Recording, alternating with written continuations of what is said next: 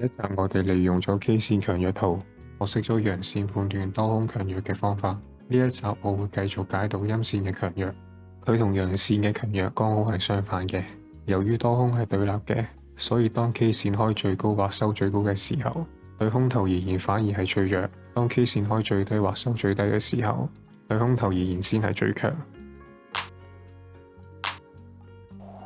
大家好，我係添，歡迎嚟到股票知識會頻道。我會向你哋介紹各種股票知識同埋各種技術分析指標，由淺入深。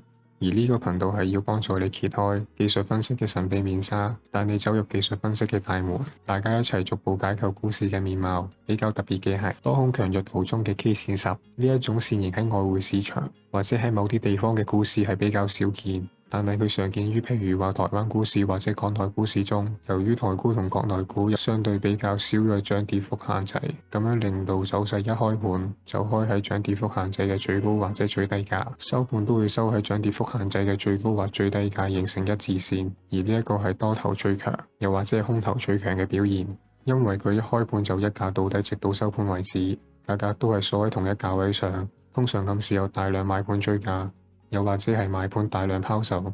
例如呢一隻股票，呢一日為例，就開始連續幾日出現漲停板，空頭極強，其中包含一致線，呢一個係空頭最強嘅 K 線。到目前為止，相信你已經知道同而且明白點解 K 線要用最高價、最低價、開盤價同收盤價嚟描繪市場嘅行為，而唔係單單淨係直接用最高價或最低價嚟決定 K 線嘅強度。尤其是喺開盤價及收盤價係不容忽視嘅，甚至佢哋往往係最後嘅關鍵，決定咗 K 線嘅強弱信號同走向。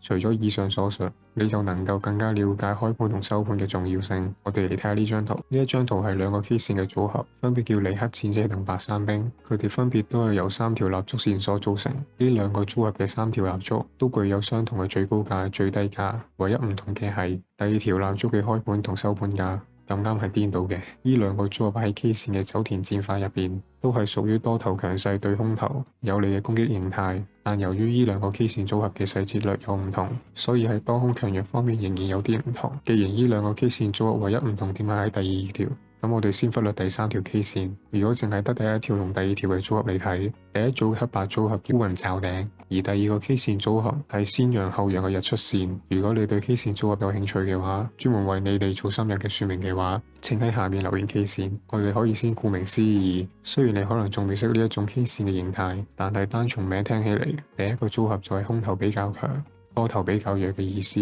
而第二個組合呢係多頭前後續強。的確，如果第一條 K 線同第二條 K 線嚟睇，第一個組合係屬於多頭力度後繼無力嘅表現，就好似多頭給予空頭重重嘅一擊，之後被空頭反擊。但係第二個組合係多頭續強，就好似多頭連續給空頭2個重拳，令到空頭毫無招架之力。所以結論就係白山兵比尼克戰車更強。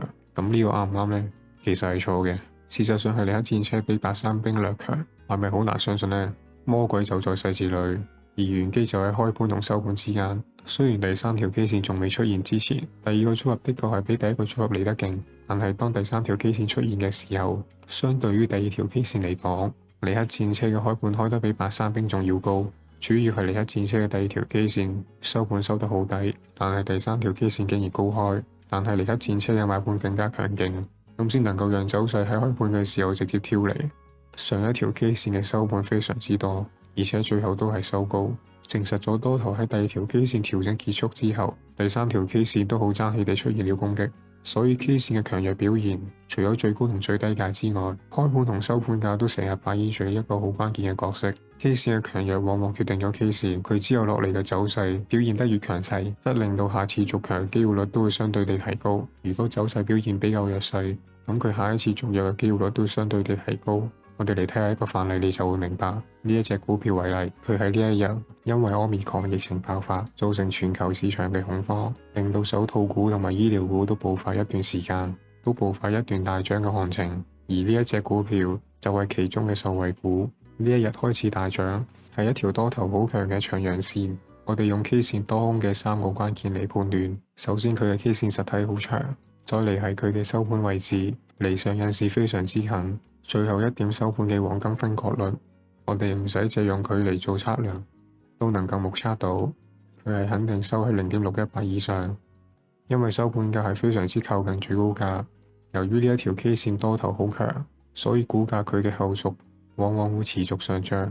之後呢一日開始出現陰線，亦即係表示多頭開始轉弱。好彩嘅係佢隔日再出長陽 K 線，多頭續強，所以股價隨後仲可以繼續上漲。但係喺呢一日卻收喺一個多頭極弱嘅 K 線。我哋用翻之前嘅片所教你嘅3個關鍵嚟判斷。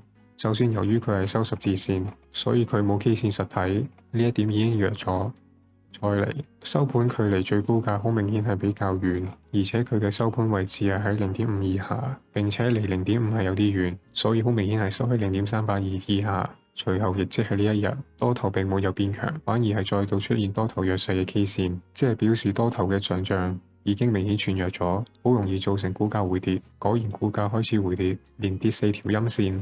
之後再度喺呢一日出現長陽線，咁請你哋自己判斷一下，佢係咪符合嗰3個關鍵條件呢？令到佢之後喺呢一日再創新高，跳空高開，盤中大漲，但係中途就回跌。雖然最終佢依然係收陽線，但係佢係多頭極弱嘅 K 線。首先 K 線嘅實體極少，再嚟收盤價離最高價太遠，仲有收盤嘅位置，我哋可以好明顯就睇得出，佢係收喺0.382以下，股價 K 線多頭轉弱，隨後又係多頭弱勢嘅十字線，多頭佢唔能夠再轉強，使得股價暴跌。從呢個例子我哋就可以知道 K 線強勢，隨後繼續升嘅機會率係比較高嘅。相反，如果 K 線弱勢，股價就有好大嘅機率係要反轉。唔知你哋明唔明白？如果股價佢喺上漲嘅過程中出現咗多頭好強嘅 K 線，就冇必要急住將股票去賣。但係如果轉弱咗，我哋就要開始思考，係唔係到咗獲利了結嘅時候？我反問你，如果股價大跌，